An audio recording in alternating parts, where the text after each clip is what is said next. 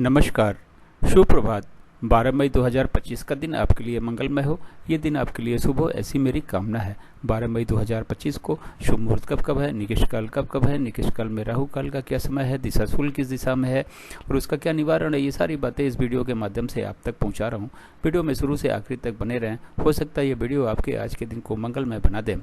12 मई 2025 को बुद्ध पूर्णिमा है, यानी महात्मा बुद्ध का जन्म इसी दिन हुआ था और बुद्ध पूर्णिमा की आप सबको ढेर सारी शुभकामनाएं। 12 मई 2025 को सोमवार का दिन है और वैशाख माह के शुक्ल पक्ष की पूर्णिमा तिथि है। पूर्णिमा तिथि 10:25 रात तक रहेगी। उसके बाद में प्रतिपदा चालू हो जाएगी।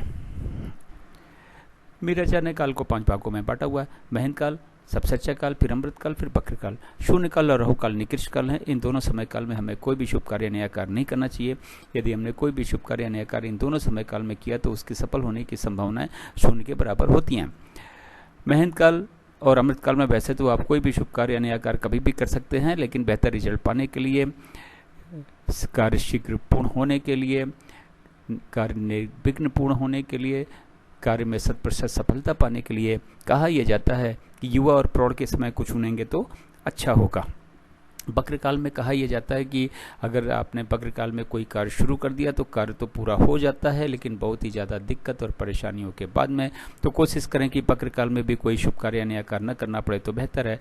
यदि किसी वजह से करना भी पड़ता है तो युवा और प्रौढ़ के समय को चुनेंगे तो थोड़ी दिक्कत कम हो सकती है, लेकिन ये मान के चलिएगा कि इसमें भी दिक्कतें हजार आने वाली हैं।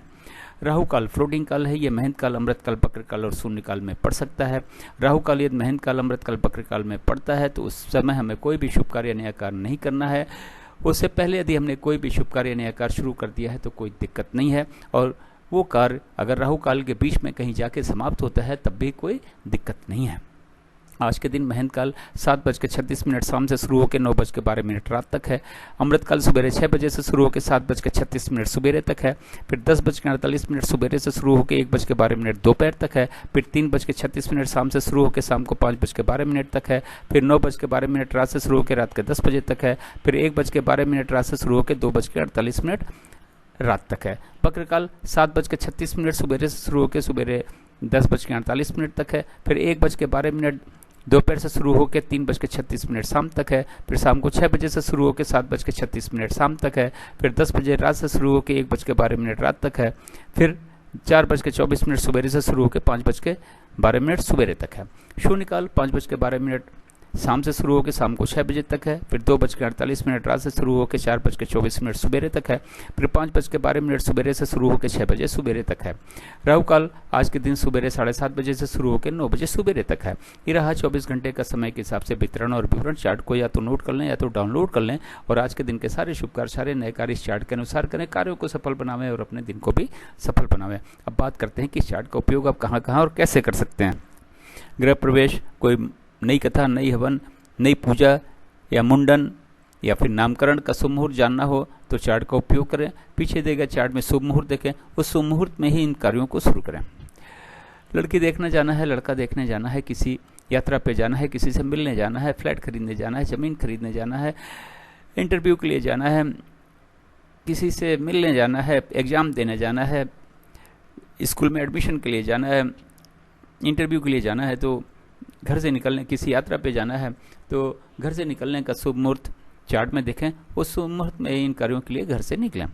बिजनेस मीटिंग या बिजनेस नेगोशिएशन के लिए जाना है तो घर से या फिर ऑफिस से निकलने का शुभ मुहूर्त चार्ट में देखें।